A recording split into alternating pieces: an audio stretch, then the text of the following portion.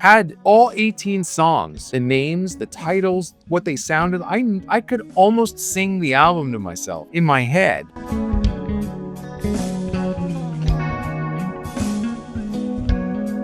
Songs have meaning. Songs ask you for what they want. You know, you wouldn't use Rage Against the Machine's bass tone in a ballad or a funk R&B jam.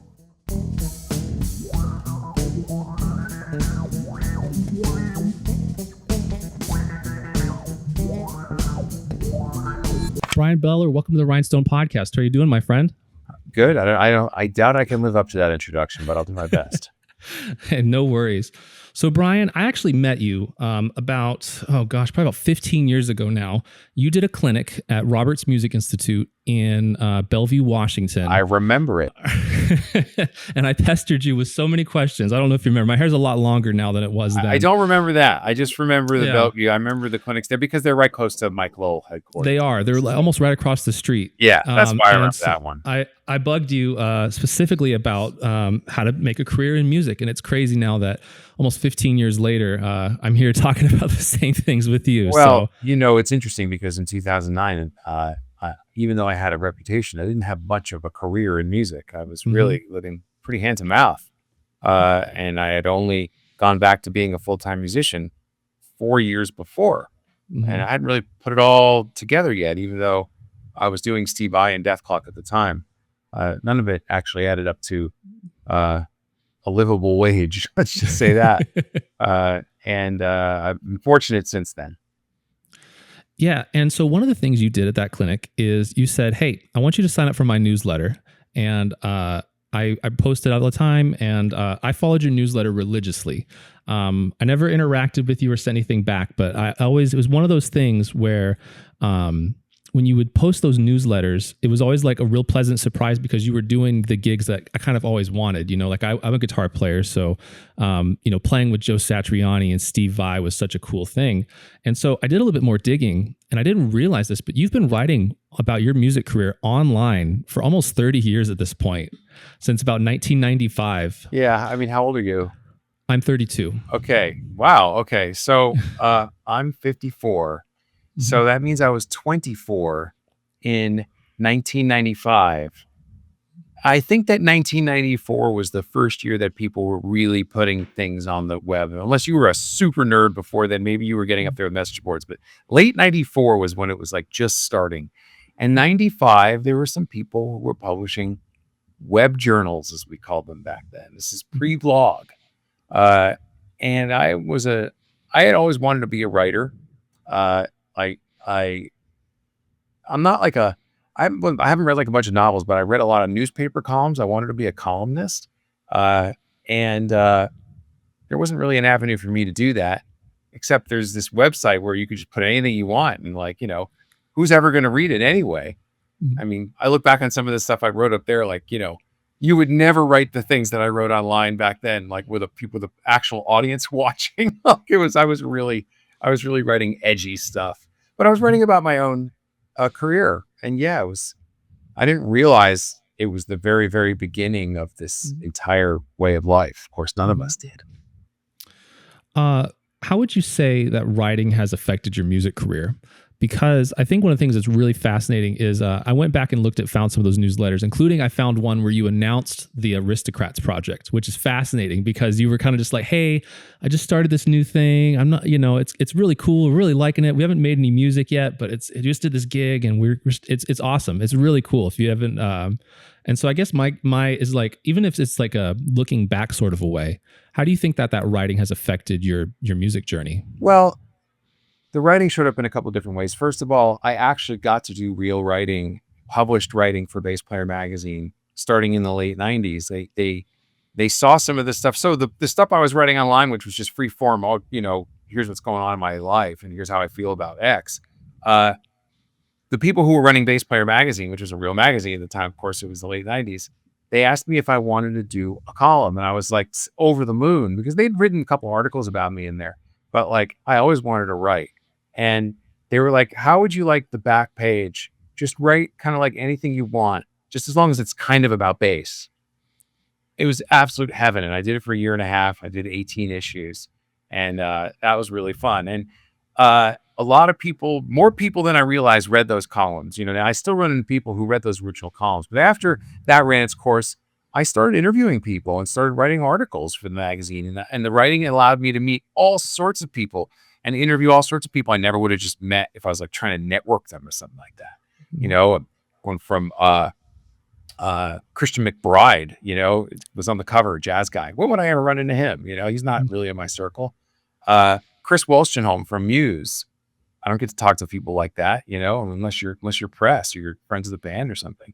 The other cover story was Justin Chancellor of Tool. That was really cool. But they were just three of I looked at hundreds of people that I talked to, CDs that I reviewed and all that. So I ended up getting to meet a bunch of people and networking in a way that I never would have been able to if it wasn't for the writing. At the same time, I had this corporate job at SWR Bass Amps, a brand that doesn't exist anymore. And because I was a writer, I could write marketing copy. So that was another skill. And then I also had to learn how to write corporate emails. This was early in email business land, but it's in 2001 and 2002, corporate emails became a thing. And it wasn't just letters. You would write, a memo. We used to write memos, everybody. You'd write it on paper, you print it out, you leave it on somebody's desk. Then people started writing emails, and email was a very informal thing, but you had to start realizing that business emails are different. So between all these different things that I was writing, I got to meet and learn a lot of things that I never would have known otherwise. And all of that fed back into the email newsletter that I was writing called Beller Bites, which I started when I put out my first solo album called View in 2003. So I try to keep it irreverent. You want to be personal, but you don't want to overshare. Just kind of like the line that all artists are walking these days on social media. You got to be authentic and personal, but no one wants to know what you ate for breakfast this day every day. Nobody needs that. So the Beller Bites thing kept going and going and going. And of course I would update people on what I was doing, whether it was my own solo work or if I was doing something with Dethklok or Steve Vai. And then there was this pickup gig that we did at NAMM, because Marco Minnemann and Greg Howe and I had gone and done a gig in Russia of all places. And the Anaheim Bass Bash people asked me if I wanted to do a gig, as me there. And I had played there with my band the year before. And I was like, well, we've already done that, but hey, I got this project that's ready to go. And I asked Marco and Greg if they would do it. And they were like, sure. And then a month before the gig, something came up and he couldn't do it. Making a long story very short, we were told about Guthrie. We've been hearing that he was this great guitarist that, everybody needed to know more about. And we found him. It wasn't easy because he wasn't on social media, but we found him and he was at NAMM anyway. And we did that gig and I was writing emails and newsletters about it. And, that's where it started. It's just all weird when you think about it that way. But yeah. Yeah, and I think it's fascinating because I remember when I saw that original newsletter about the Aristocrats.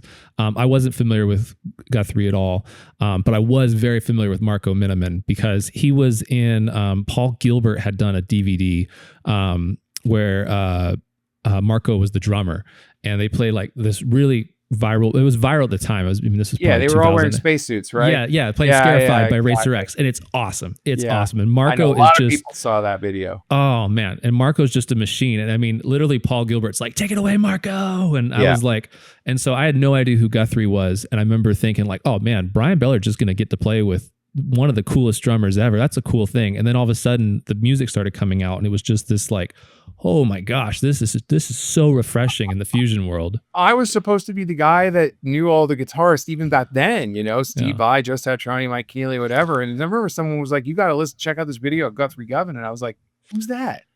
it was, there were the guitar nerds actually did know who he was. There was an underground community of people who knew who he was from those Jam Track Central videos that he was making. But I didn't know who he was. And and when I watched the video, I was just like, how is it possible this guy isn't the biggest guitar player in the world? And then I started doing some digging and realized he was kind of anti-promotional. He had no social media. He had no website. He had no nothing. And it was all on purpose. So that was a thing. He was a very specific cat when it came to that kind of stuff. And so we were the luckiest people in the world that we were the first band that Guthrie ever joined. And people like you hearing somebody like that for the first time combined with me and Marco was just oh my God. you can't plan that kind of stuff. I didn't know Guthrie was this like great, largely undiscovered talent at the time. Yeah. Of course, he's not undiscovered anymore. Yeah. And he was playing with like an offshoot of Asia or something right He was before. called GPS. Yeah, there Yeah. was one tour he did, but that was a long time ago. That was like in Yeah. like the late 90s and early aughts. He took the place of Steve Vai. It was a very British thing. Yeah. and it was a bit odd, but he did it. He toured with them. Yeah. And he had his own band, and he put out his own record called Erotic Cakes in 2006. It was a CD. It went out of print. Nobody could get it. He had his own band. They toured Europe once, but he was doing this gig at this tiny club in Essex in the UK, and people were coming from Japan to like watch him play. I mean, it's a crazy one. It's one of those just, crazy stories you can't make up. And we're just fortunate that it all came together the way that it did. Well, I want to get back to the Aristocrats. We've talked a lot of stuff, and I want to make sure I'm respectful of your time here. So one of the things you brought up earlier is your corporate job as the vice president of SWR Bass Amps, which is a very corporate big boy job, so to speak. It's very different than the freelancing life of a musician. But that being said, I really love okay. So a lot of people might not realize this, but when you book podcasts and stuff like that, there's a lot of work. They just see the final product, right? And what I loved is every email I sent you, you responded very quickly. When I asked you for references for interviews you've done, you gave me great stuff. I mean, gave me such good notes. And I just, that professional nature is so refreshing because there's a lot of great musicians who don't, who lack so much in professionalism. Obsessive compulsive disorder is a hell of a drug. Well, it worked out great for me, so I appreciate it. But what does working in the corporate world so to speak, even though it is music, it's still, you're sending corporate type emails, you're sending memos, right?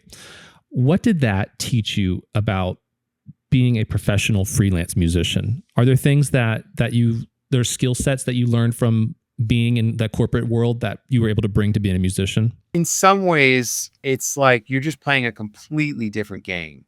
The corporate world is largely about getting people to ally with you and produce results who are not necessarily accountable to you. Like, a lot of people in the corporate world have responsibility without authority, we say. Mm-hmm. So in other words, you have to get this stuff done. There's nobody that works directly for you, but there's this group of marketing resources over here, which you have access to. And it's your job to go there and like get them on your team and fight for your share of their time. And because they have multiple people they're responsible to. And same thing with R&D, and same thing with sales, and same thing with marketing and all the things. So, you have to learn to really like manage your own tone and manage your own expectations, all that stuff. Of course, basic business politeness is helpful when you're communicating with humans. But in a lot of ways, the freelance game is kind of like not that. You're trying to like open new doors and maybe even be a little bit aggressive about it, so that people take notice of what you're doing. The kinds of things that you would do as a freelancer to try and get noticed or, make your way in the world in a corporate setting, that might be taken as like arrogance, or, just not being a team player all the time. So that's a bit of a tricky business. What I would say is that the skill set that I learned about having to run a business, which essentially we were running SWR, the profit and loss. What is the marketing statement? What are we trying to sell here? What is it that we want people to invest in and be a part of and like, buy our brand? How long will it take to get this thing that we're manufacturing into market? What kind of lead time do we need? All those nuts and bolts. When the Aristocrats started, because that was an actual business, then that stuff became useful. And with my own record company, when I was trying to put out products and make a marketing campaign around albums, then it became useful. Because record companies are manufacturing businesses. I mean, less so these days because people don't want CDs, but vinyl, you better have your plan together if you want to manufacture vinyl and get it to market and sell it in a way that doesn't leave people disappointed. So that all matters. And then, of course, if you're in a band or you're booking your own shows, you're dealing with booking agents. There's negotiations. There's, everybody has to win. It can't just be like I win, you lose. And there's all sorts of stuff that come into play. But as a pure freelancer, just trying to get gigs, I think sometimes maybe the corporate world might actually give you the wrong lessons, just in terms of mannerism and behavior.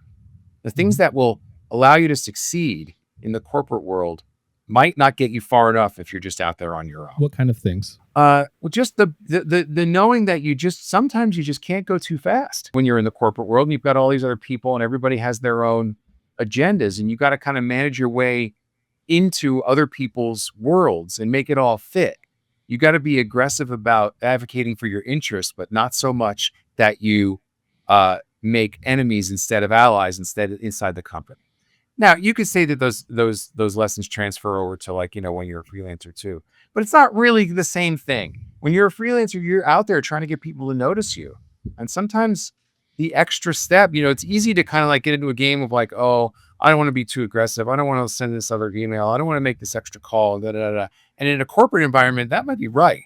But in a freelance environment where you're just like scrapping out there everybody else, that might not be right. So, along with your professional experience at SWR, you managed the Aristocrats for the first 5 to 6 years of the band.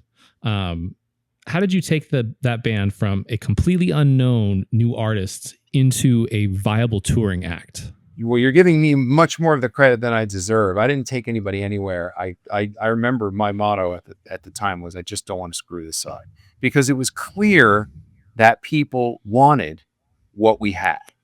That's something that you cannot create in marketing or sales. Like, after the first gig was over, I mean, I'd done gigs with my own solo band. We had a nice reception. I'm not ungrateful. And I worked hard for years with Mike Keneally, who's a genius artist, and has an amazing catalog, and we've done a ton of work together. His music is very eclectic, and he'll be the first person to tell you that, and he has a loyal, dedicated following. But not everybody gets that music because it's just coming from such an obtuse angle. And there's a lot of ways and reasons why you're kind of like fighting uphill in the world of the music business, trying to get your piece of the pie, get gigs booked, try and make money on a record, all the rest. It was clear from the very beginning of the Aristocrats that there was insane buzz around it, even right when it started. And so, I can't explain that. It just happened. And then what happened is that, I took my typical kind of like, marketing literature skills and wrote a press release for the first album. Like, we're going to put out an album. It's going to be this and da da da da da da da. We sent it out through, we hired a publicist and we put it out. I've done that before. Sometimes it's hard to get responses. You get some, not all. I am telling you, when we sent out that first press release, every major guitar magazine in the world wrote back and said, great, we want to put Guthrie on the cover. You think that's a plan? You can't plan that. They just did it. Guitar World, Guitar in UK, Young Guitar in Japan, Guitar and Bass in Germany. It was just like, I was watching it and I just couldn't believe it. So at that point, I was just like, we just have to somehow figure this out and make sure that the business is solid, that we don't give away all the profits, that we invest ourselves into the record company and not make a record deal with somebody else so that we give away all the royalties and all that, and then get out there and tour. The only way to do is get out there and tour. So we started our first major tour was actually for the second album, for Culture Clash. And we went out, our vehicles were my minivan and a cargo van. And we did 6 weeks in the States in some okay venues and a lot of really, really rough venues. We were just looking for the smallest places that would book us, because you don't want to book a venue that's too big and then the first time you're there, you only fill it halfway. And that's not the impression that you want to leave with people. You want to blow out a small venue. That's the best way to go out the first time. And that's what we did. And we just kept going and kept going and kept going. And then, by the time we put out the third album and we were going around the world for the second time, it became clear that, it wasn't right for a band member to be a manager anymore. And so we have a very, very smart guy from Italy named Riccardo Capelli, who's our band manager now. And he was a true believer in the project from the beginning, and he was our European booking agent already anyway. So everything is very, very homegrown and DIY. We have the smallest organization with the lowest overhead we could possibly have and still be a band. And some people might argue, if you had a label deal and this, you could have these other opportunities and you could grow faster, blah, blah, blah. we're just not that kind of speed band. We want to do it our own way. So we do things our way. We have our own record company. We have our own business. We keep it tight and lean, and we only make the moves that we all want to make. And that's been very, very good for us. But the original answer to your question is just, once we started making albums, thankfully, they lived up to the hype, which was considerable. And we didn't even generate it. I remember we were talking like, geez, like, I hope people like the album, because a lot of people are talking about this already now. Thankfully, it all worked out. I guess my question is like, you said you have the OCD.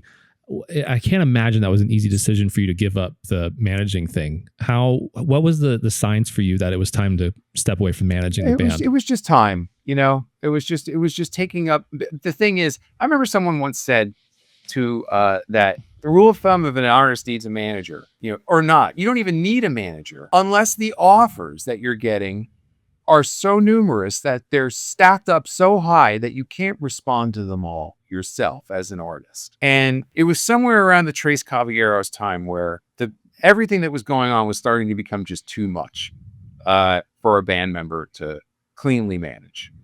So, and anyway, the next year I took a year off and I wrote Scenes from the Flood anyway. So that was another reason why I wanted to give up managing, was because I really wanted to keep my head clear from that much bandwidth being taken up by business, because it was going to be such a massive creative effort. I knew it was going to be. So yeah, I mean, obviously I do want to talk about Scenes from the Flood, because I think it's, and maybe we'll get to this if we have time, but we talked about you becoming a professional musician at 43.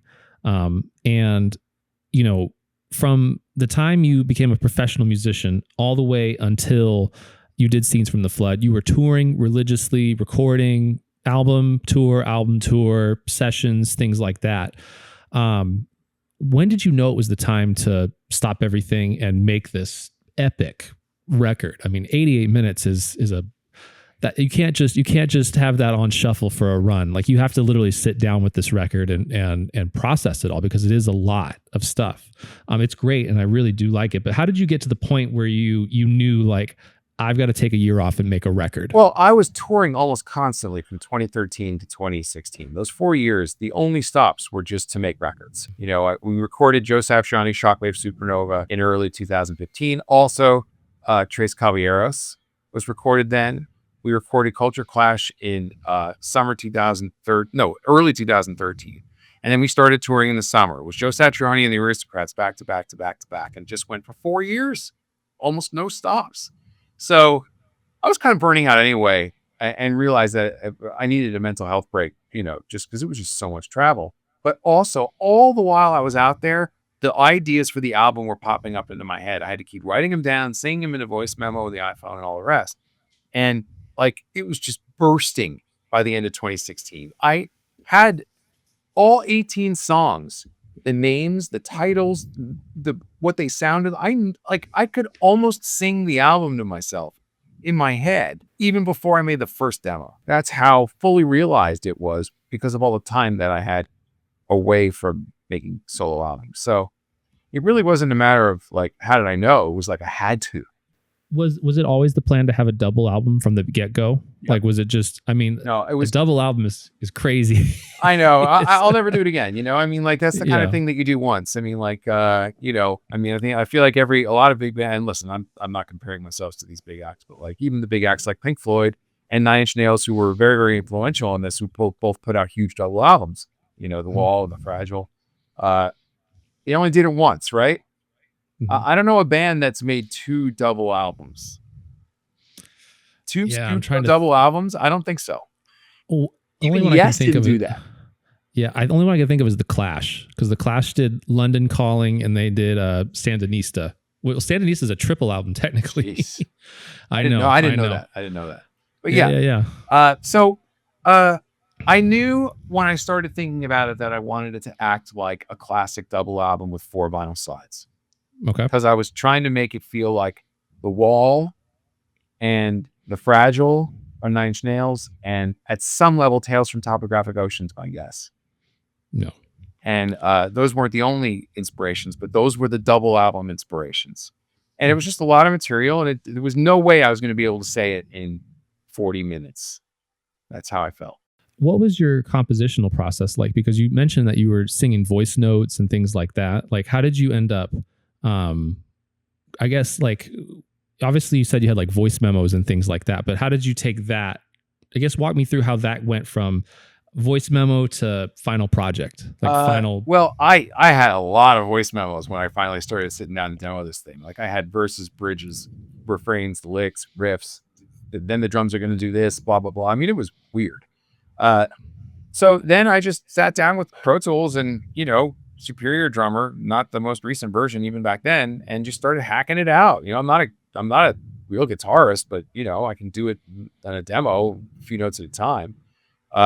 Bass, I play keys. I'm a decent drum programmer, and just started making the demos one by one, and I made them in sequence because I knew the sequence of the album, and I was just like, I'm gonna do it like the album. So I started at the beginning, and then I'm glad I did it that way because certain things were informing me as I went along. And I was doing a lot. I was really isolated. I lived in the middle of nowhere in a small mountain town called Agua Dulce at the time, and I was doing a lot of hiking to just get out of the room. And when I would go hiking, invariably I'd come up with other ideas. Like they would just come to me, and I would just, as soon as they came, I'd just stop what I was doing. I'd just say right into the voice memo, and I'd go back and I'd throw that one in there. And I did that for a year. Were there any surprises? Like I know you said you had all 18 songs, but they're like normally when I've made a couple records, and one of my favorite things that happens in the record making process is like a song will come in towards the end of the process that kind of like ties the record together, and it's always like a really fun thrill when that happens. Was there anything like that where like a surprising song came about, or was it like, do you have everything mapped out before you went in? I really closely had everything mapped out. There were a couple things that I knew I couldn't just sing into a voice memo. One of them was the song "The Flood," which is the collaboration with Janet Fetter, and it's the kind of like soundscapey, open, no time kind of vibe for that song. And it's got 5 specific movements. The first one is mostly improv. The rest of them, there was no way I was going to be able to do that without getting actually into it. But I knew what I wanted it to feel like, and I knew the main melody. Yeah. The other one was Lookout Mountain. And that's another kind of like no drums song. It was just acoustic baritone guitar, and I wanted it to start off with like a bunch of Tibetan singing bowls. And I didn't know what the melody was going to be until I had all the bowls set up in front of me because they all have pitches. Mm-hmm. And so I knew there was going to be a moment where I set them up and I started playing, and then once I came up with something, that was going to be what it was going to be. And then playing baritone guitar, that one kind of came out late because I had no preconceived notion about what it was going to be because I don't play baritone guitar, and I tuned it all funny. I tuned it to like an open B7 chord, and then I just started going ring, ring, ring, ring, ring, ring, ring. All weird harmonics came out, and the magic of alternate tunings, right? Yeah. So that was a surprise, but the rest of them, they were really detailed. And then how did you go about organizing the notes? Like, I mean, you pretty methodical guy from what I've understood. Was there were you organizing them like on iPhone demos, or did you have like a spreadsheet? I mean, how do you? I had a spreadsheet in a Word document where stuff was, ultimately organized. Do you recommend that for the album making process? Like if you were to make a second record, you would do it that way? Not a second record, but the next record. I don't recommend my process to anybody. I think everybody has their own process, and that's fine. I know some people who would rather slit their wrists than say, I'm going to write a Word document or an Excel spreadsheet in order to make my album. Like that's what I got to do to live. Why would I want to do that? But to me, that stuff, it makes me comfortable because then I can see it organized visually. That's me though. Yeah. Cause I don't know. I'm not say I would be the most organized person when it comes to making records, but I definitely like seeing everything laid out. Like I when I made one EP, I had a producer brought in like a big whiteboard and like wrote out all the songs and like put a checklist of like, all right, we need vocals, X for the guitars. And I found that to be really helpful. Like it was just one of those things that, that makes the process a little bit smoother, I think. Yeah, there's parts of my brain that is able of retaining organizational information. I didn't have to document all of that because I knew what the song was. Mm-hmm. So even if it had 20 parts, I kind of knew what they all were. Yeah. But I remember I had a bunch of lists. Believe me, the lists were there.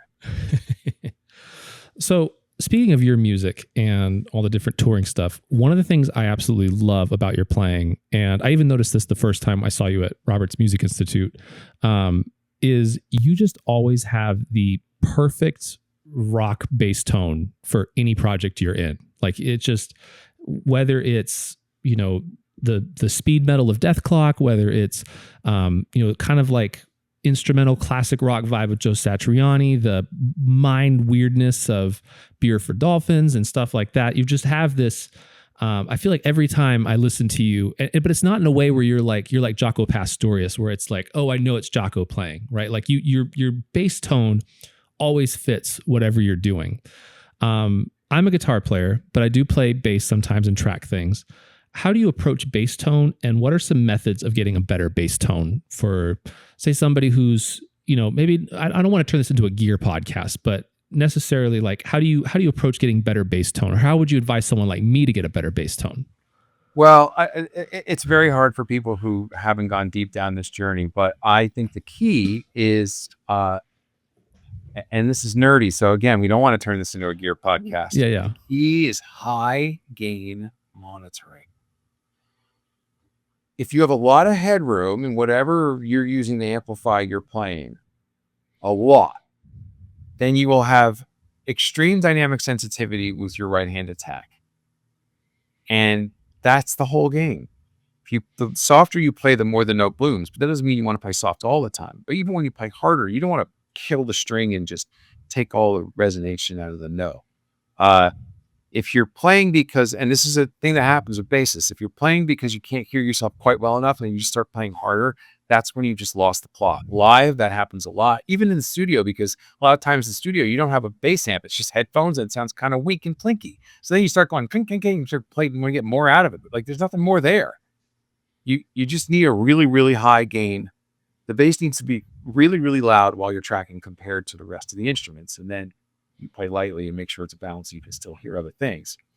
That's how I've, and on live, I use the same thing. I have this gigantic rig that people look at and like, oh my God, you don't really need all that.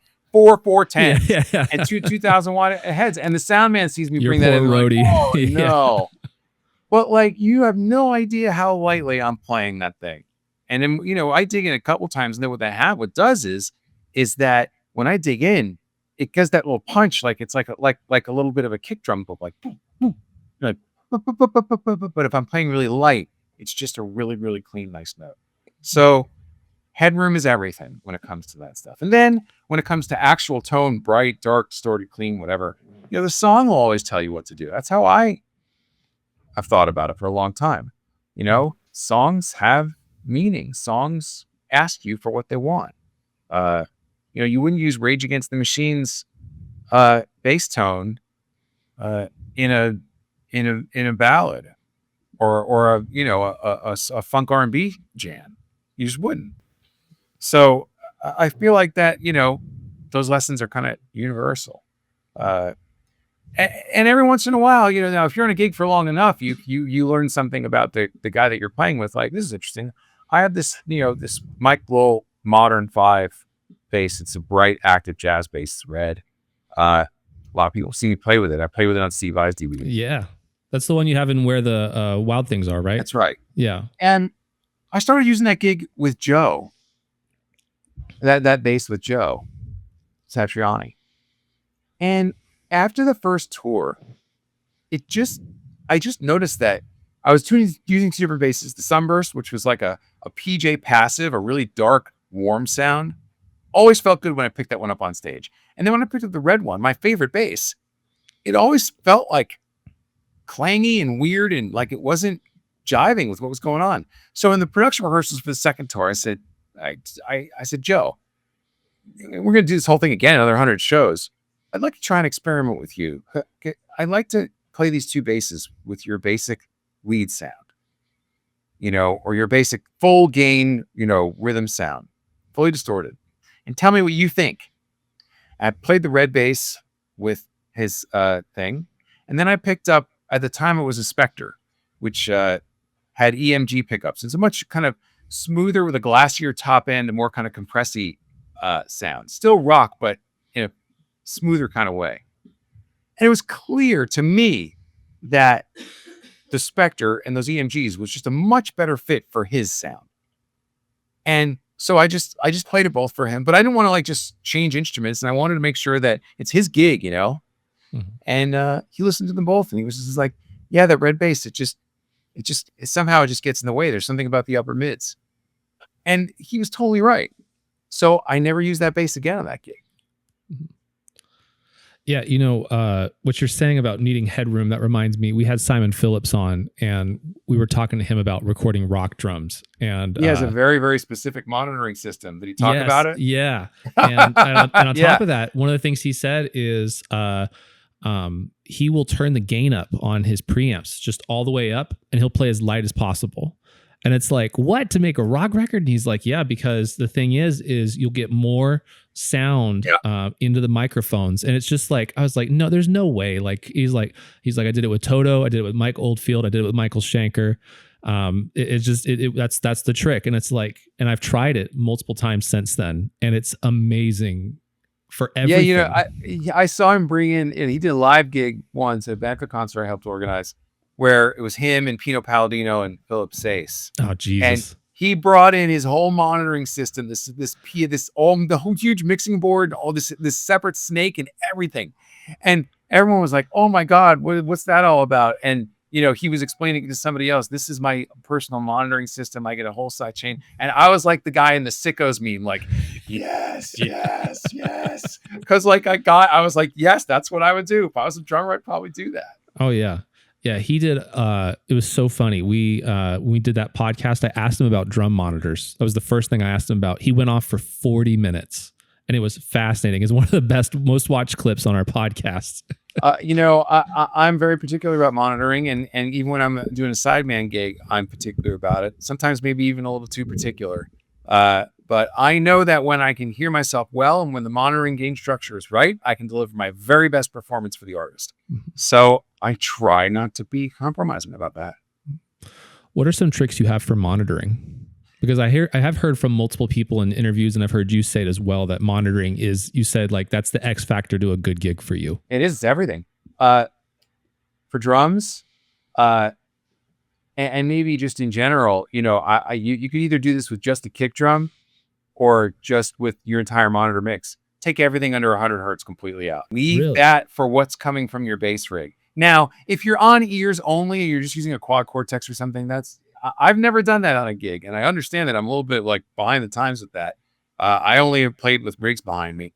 But if you're going to play with a rig behind you, let that thing carry the low end. You just need mid-range and high-end detail of everything else. You don't want the rumble of a 16-inch floor tom or the sub-content of a kick getting in the way of you feeling the bass guitar attack. Now, this is specifically for bassists. And then at that point, if it's ears, make sure that you've got a good stereo spread. Make sure that the bass is coming up the middle, the guitar's over on one side, the drums are a good stereo spread, all the rest. If it's wedge monitors, if it's just on the floor, just make sure that you can hear all the drums and that you can hear the attack of each drum. It's more important that you hear the attack than you hear the resonance of the low end. If you can hear the attack of everything, then you can play with the drummer. There's going to be enough of that stuff resonating in the house anyway. How do you, I guess, so obviously like death metal is far different than like the fusion of the Aristocrats. How do you approach blending your sound in with a different group? Like, is it something you just develop over time? Like, comparing like Dethklok to the Aristocrats is such a massive A/B to test. Yeah, it's totally different. But that's metal. I mean, Dethklok's a metal band, so we're talking about metal now. And everybody has a different approach to metal. A lot of guys metal play with a pick. I don't play with a pick. I put my fingers, and I have this kind of aggressive finger striking thing. I get some chime out of the string, and sometimes I use overdrive. But it's the same. I think the same things work. You don't want tons, especially when the double kick drums are going, like blah, blah, blah, blah, blah. If you've got low end from those kick drums in your monitor mix, you're not going to hear anything else.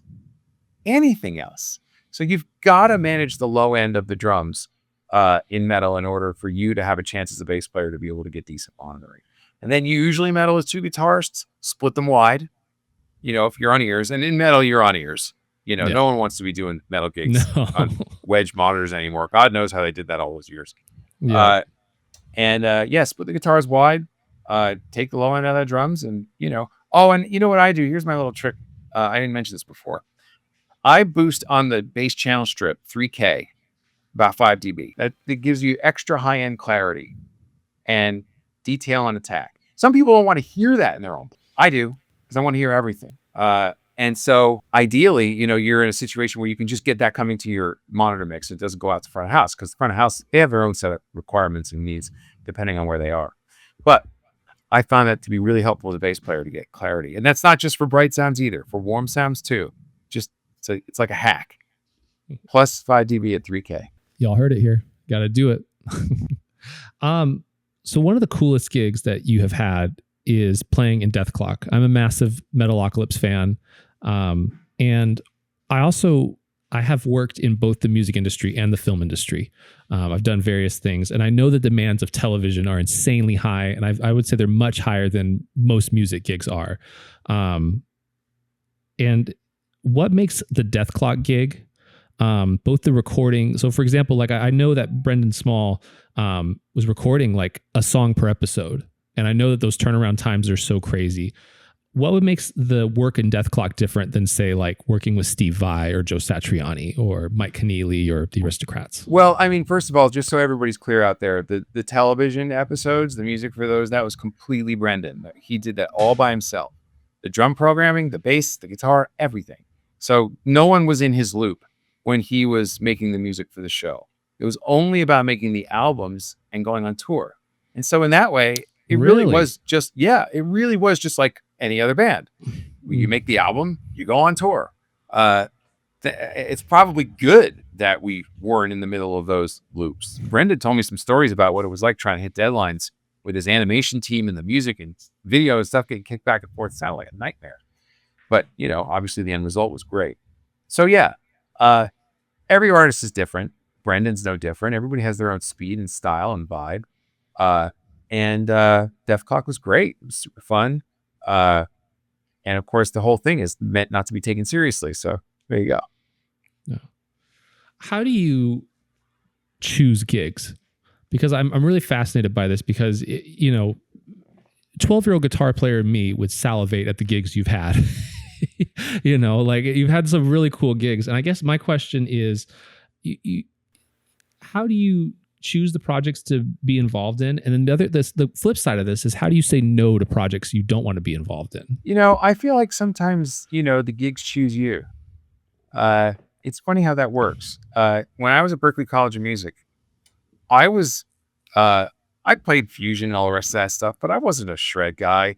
And I wasn't doing extended technique as an early player. God bless Billy Sheehan and Victor Wooten and all those guys and John Patitucci who were doing that, with the guys on that when I was growing up. But like, I just wasn't playing that stuff, or Stu Hamm. I was playing John Paul Jones. And like, I was going to be in a blues rock band. I mean, I could get around on the instrument, but I was not a shredder at all. And the next thing you know, my first gig is with Dweezil Zappa, because my best friend at school was a drummer named Joe Travers, and he went to LA and got the gig and got me an audition. And, was I going to say no to moving to Los Angeles and being in Dweezil Zappa's band at age 22? Of course not. So I caught up as fast as I could. And I started working on technique. I'm still not the world's fastest player, that's for sure. But I caught up as fast as I could. And I'm still catching up. I mean, look, I ended up in the Aristocrats. It's just nuts, So once I started with Dweezil Zappa, then of course Steve Vai found out who I was, and then Mike Keneally, and then all these things. Next thing you know, I'm the bassist who's playing with all the muso guitarists. I didn't really design that, but that's the way that it happened. And once I had a strong brand and a niche, it wasn't like I was going to be like, this is all bullshit. What I really wanted to be was the bassist for, Shania Twain or something like that. And because that doesn't really work unless you really turn over the apple cart. I mean, there are people who are in that world and ensconced in that world. And what happens is you start making connections and networking connections for other people in that world through the gigs that you are doing. And that's exactly what happened to me. That's how I kept going where I was going. So I never really said no to much. There's a couple things I said no to, but I don't think it's really worth getting into that here. I think it's, you know, ideally you're saying yes to as many things as possible. And if you say no to something, there has to be really, really, really good reason, because every gig is an opportunity, and you're not going to do a, 10-month tour for a grand total of $500. Of course, you won't say no to that. You'll say no to that, but just generally speaking, you know what I mean? You want to be available for opportunity. So do you think it should be so say, when you first started out, was it just like when you were trying to become a professional musician post SWR, were you just taking anything that you could get? It's kind of a funny story, because when I quit SWR and Fender in 2005 to be a musician again, I also moved to Nashville. So I left my network in LA and went to Nashville and was like, I'm starting over. I'm going to be a musician in Nashville.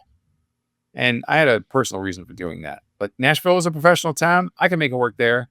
And so I was trying to convince the scene there, some of whom knew me because I was the guy who played with Steve Vai and Dethalbum, Mike Keneally. Oh, you're that shredder guy from LA. You don't want to play this music. You don't want to play 1 to 5. You don't want to read a number chart. And I was like, no, I do. I really do. And I was trying to convince them. And it took like 2 years, but like phone was starting to ring. I was starting to get some sessions and gigs and doing singer-songwriter stuff. It was happening, but it was never enough to live on. And then in 2007, Steve Vai hired me to do his Sound Theories tour. And that was based out of LA. I had to go to LA and audition for it, and I got it. And then I was on the road for like a few months with him. And then right behind that was the first Dethklok tour. And I am here to tell you that I never got another single gig call in Nashville again. Not one. You just leave just to be drawn back in. Because it was like, they were like, see, he's doing that stuff. He's not one of us. Yeah. And I can't put my finger on it, but it was clear that I belonged in Los Angeles. And so eventually I went back there. Oh man. Okay. So as a guitar player, I would be remiss if I didn't ask about playing with two of the greatest guitar players of the 20th century, and even now, in Joe Satriani and Steve Vai. What are the differences and similarities between their approaches to recording and touring? And what have you learned from them that you've been able to apply to your own music career and your own compositional process? Well, that's it. There's a lot going on there. I mean, a lot of people have spoken into what makes Joe, what makes Steve. And I'm not sure I have any illuminating insight to add, even though I've played and toured with both of them. It's kind of all out there, right? Steve's artistry is a derivation of the Frank Zappa mystique and ethic, which is, we're going to write really difficult music.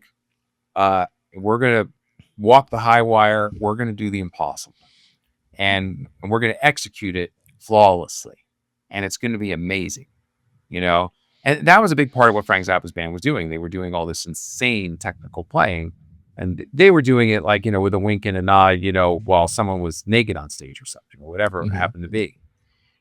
Steve's thing was a little bit more mystical than that. Obviously he's the cover Passion and Warfare was clear what kind of the thing he was trying to say with his own artistry, kind of like this magic world of insane music and technically proficient, also beautiful guitar playing and compositions.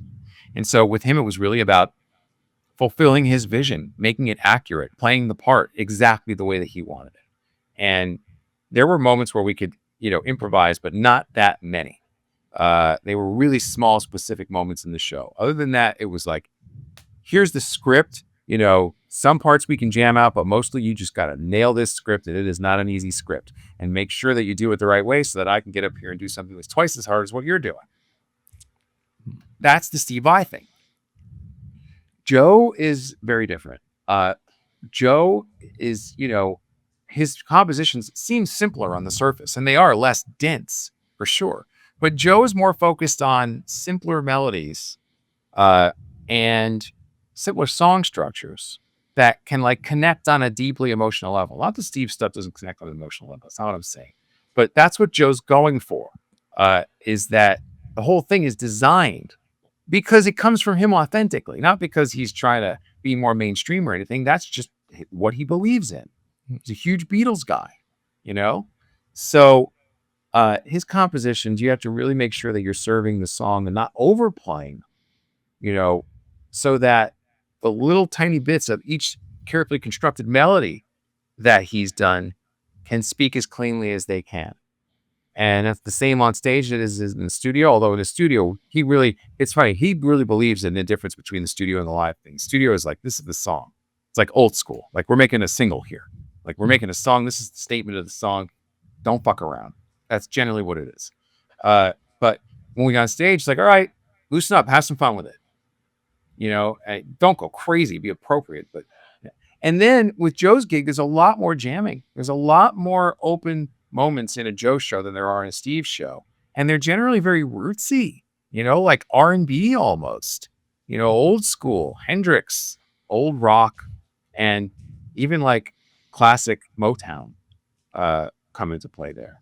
So it's two very different approaches. Like, really, and the fact that Steve and Joe have been joined at the hip because Joe taught Steve for a very brief portion of time when they were teenagers in Long Island is kind of like one of life's cosmic little jokes, because their artistries are just so utterly different, and everybody knows that.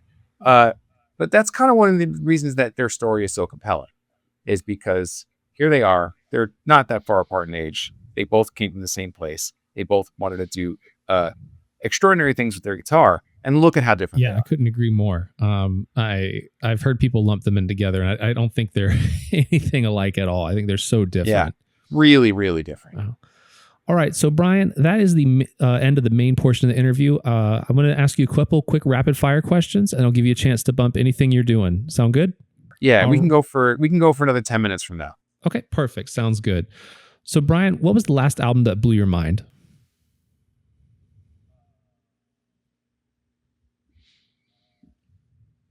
The very, very last one, Mm-hmm. the most recent one, this is going to be a super curveball because I know what it was before this, but the album Joy by Fish.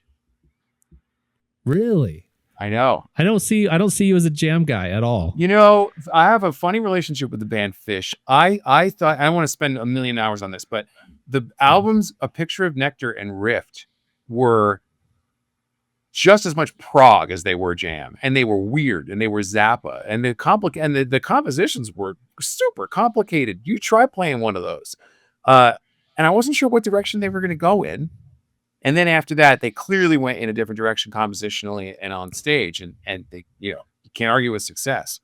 But I've been listening to a lot of their records lately because I never went into their full catalog, and the album Joy stands out to me. And there's a specific song on there called Time Turns Elastic, which is a 13-minute, very progressive song. It's almost like a throwback composition of theirs. And it's really cool. So I'm a big fan of that song in particular. And their band story is a very, very interesting journey. They don't get a lot of cred or play in muso circles. I understand that. But there's some real magic going on there. Who is a bass player that deserves more attention? Oh God, there's so many. Well, I'll forever say Scott Tunis. Was the bass player for Frank Zappa's 1980s bands, and he just was doing remarkable things on a P bass with a pick, slung low like a punk player, and like he's getting around doing neoclassical reharmonizations on Zappa compositions. I mean, there's just a lot going on there, and I don't think very many people know about him. Although maybe in these close muso circles they do, but generally no. Yeah, I don't think I've heard of him. Is there any specific Zappa tracks? Check out the album The Best Band You've Never Heard in Your Life, and also Make a Jazz Noise Here. Both of those albums. Okay. Yeah, I'll definitely check them out. Yeah. I'm a big fan of I really like the Hot Rats era of Frank Zappa, and I really love the apostrophe Overnight Sensation era. This is the opposite end of it. This is the last touring band. This is 1988, but there's incredible playing going on there. Okay, we'll definitely check those ones out. If you lost all of your gear in a tragic house fire and had to start over with only $1,000, what would you get? A gun so I could shoot myself. Oh, no, Bryan. You know why I say that is because I actually had most of my instruments stolen in 2016. Oh, so, really? Yeah, I had almost all my gear stolen in 2016. So like I've already had to do this. Although I was insured, so I wasn't starting off with $1,000, thank God. But God, I mean, like, you gotta. I could probably go get an Ibanez sound gear, What was that? an I Ibanez didn't. sound gear 5 strings, so I can just Okay. start playing for under Gotcha. $1,000. That's Yeah. pretty limiting. Yeah, it definitely is. What took you from an intermediate musician into an advanced musician? Going to Berklee College of Music. Who is a bass player you look up to? I'll just start with John Paul Jones. And the last question, Bryan, what do people get wrong about being a musician? Are we living the meme here? Be a musician, they said. It'll be fun, they said. No. What did many people get wrong? I think that probably that it's mostly music. When in reality, a lot of it is managing your own world. Especially these days with everything being online. I am not Mr. Produce video content every day, but like I understand that video is important for promoting things. So the idea that you're going to be your own social media editor, video producer, booking agent, self-manager, content creator, and then you're going to, write music and mix it's just, there's a lot that goes into just being a musician that doesn't have anything to do with music. I think that I'm not sure that would be surprising, but that's what I'd say. Maybe the scope of it is surprising. I don't think people realize the scope of how much that work is. I think that people who don't have an artistic pursuit as their profession really can't get inside of the mind of what it's like to have your artistic identity intertwined with your professional life. Everybody, ideally, has some personal input and passion for what they do for a living. But if you're working at Salesforce or at Meta, and doing well, helping people, doing something that helps the company, I don't know that it feels the same as like you just spent a year making a record and now you invested all this money in it and now you're going to release it to the public and hopefully people like it, hopefully people buy it, hopefully people want to hear it played live. That's a whole thing. All right. Well, Bryan, thank you so much for coming on the Rhinestone podcast. The floor is yours to promote anything you've got coming up, any gigs, musician clinics. You've got lessons coming out. What are you up to these next 12 months? Well, right now I have a new remix EP, an EP called Calm Before the Storm, which focuses on 3 songs that were on my 2008 solo album, Thanks in Advance. 2008 is 3 years before the Aristocrats were born, but 2 of the songs in that album ended up being in the Aristocrats' very first show, Greasy Wheel and Cave Dweller, and on their live DVD, Boing will do it live because we didn't have material for the first show. We were only bringing in our own solo material. And so a lot of people, I think, maybe have only heard the Aristocrats versions of those songs. And I always wanted to go back and remix the original album now that I'm 15 years, 17 years down the road. So I chose 3 songs, 2 of them which were on the DVD and 1 of them which Marco Minnemann was on all the way back in 2007, way before the Aristocrats. It's the only song he's on in my catalog. So I just put that together and it's available on Bandcamp, and there's going to be a big announcement around that on Friday. And that's been an exciting thing that I've been working on right now. And then the Aristocrats, of course, we're still doing the Duck Tour. The name of our last album is called Duck. And it's a concept album about a duck who has to escape. He flees from his native Antarctic island because he's been unfairly accused of beating up a penguin. And he ends up in New York City, and they're still chasing him. So we're going to South America for the first time in 9 years, which we're really excited about. That's starting on August 10. And next year we'll go to Europe. Well, Bryan, thank you so much for coming on the podcast. Man, I had a really great time. I know it was brief, but I definitely would love to do this again with you sometime for sure. Thank you so much for having me. I really appreciate it.